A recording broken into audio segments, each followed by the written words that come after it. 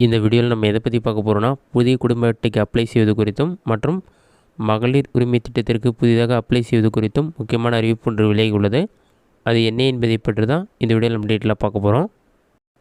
புதிய ration card கேட்டு விண்ணப்பித்து வருவருக்கு பார்த்திங்கன்னா, தற்போதைக்கு புதிய ரேஷன் கார்டு வழங்கப்படாது என்று குடிமைப்பொருள் அதிகாரிகள் தெரிவித்துள்ளனர். இதற்கான காரணம் என்ன என்பதை பற்றியும், தேர்தல் நடைபெறும் காலங்களில் புதிய ரேஷன் கார்டு வழங்கப்படாது என்று கூறப்பட்டுள்ளது.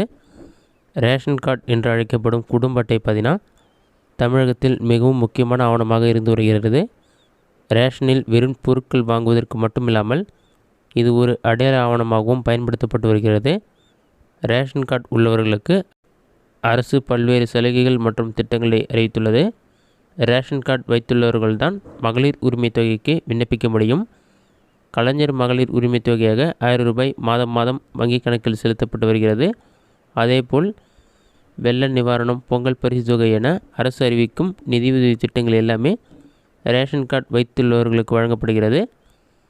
இதனால் பார்த்திங்கன்னா, ரேஷன் கார்டு வாங்க புதிதாக திருமணம் ஆனவர்கள் மற்றும் ஏற்கனவே கூட்டு குடும்பமாக வசிப்பவர்கள் அதிக ஆர்வம் காட்டுகிறார்கள்.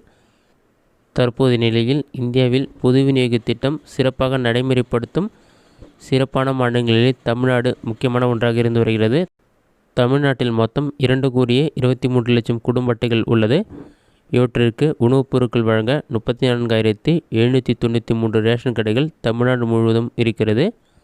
தமிழ்நாடு அரசு கடந்த முறை பொங்கல் பரிசு அறிவித்த போது வெளியிட்ட தகவலின்படி பார்த்தீங்கன்னா, 7,52,847 பேருக்கு உணவுப் பொருள் பெற்று பயனடைகிறார்கள். இவர்களின் அரசு உத்தரவுப்படி 6,46,49,842 பேர் தங்களது ஆதார் எண்ணை குடும்ப அட்டையுடன் இணைத்துள்ளதாக கூறப்பட்டுள்ளது.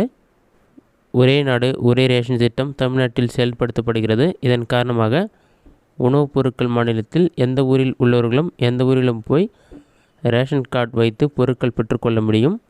ரேஷன் பொருட்களுக்கு கைரேகை பதிவு மூலம் வழங்கப்படுவதால் குடும்ப உறுப்பினர்கள் யார் வேண்டுமானாலும் தமிழ்நாட்டில் எந்த ரேஷன் கடைகளிலும் கைரேகை பதிவு செய்து ரேஷன் பொருட்களை பெற்றுக்கொள்ள முடியும்.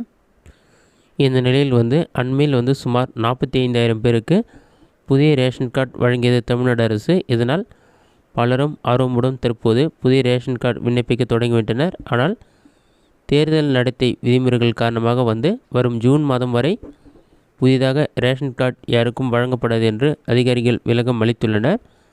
லோக்சபா தேர்தல் வரும் ஏப்ரல் 19ஆம் தேதி நடைபெற உள்ளதால் அதன் பிறகு வாக்கு எண்ணிக்கை ஜூன் 4ஆம் தேதி நடக்கிறது. எனவே அதுவரை தேர்தல் நடத்தை விதிகள் அமலில் இருக்கும் என்பதால் புதிய ரேஷன் கார்டு கேட்டு விண்ணப்பித்தவர்களுக்கு ரேஷன் கார்டு கிடைக்காது என்று கூறப்பட்டுள்ளது. அதேபோன்று மகளிர் உரிமை தொகைக்கு விண்ணப்பிக்க தவறியவர்களும் இந்த தேர்தல் முடிந்த பிறகுதான் புதிதாக விண்ணப்பிக்க முடியும் என்றும் அறிவிக்கப்பட்டுள்ளது.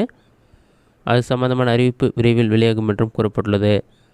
இதுதான் ரேஷன் கார்டு புதிதாக அப்ளை செய்வது குறித்தும் மற்றும் மகளிர் உரிமை தொகை புதிதாக அப்ளை செய்வது குறித்தும் வெளியான முக்கிய அறிவிப்பு. தேர்தல் முடிந்து அதற்கான வாக்கு எண்ணிக்கை முடிந்த பின்பு தான் இவங்க அப்ளை பண்ணால் அப்ரூவல் கொடுப்பாங்க. இந்த வீடியோ உங்களுக்கு யூஸ்ஃபுல்லாக கொடுங்க. இந்த வீடியோ பிடிச்சிருந்தால் லைக் பண்ணுங்கள். வேறு டவுட் இருந்தால் கமெண்ட் பாக்ஸில் கமெண்ட் பண்ணுங்கள்.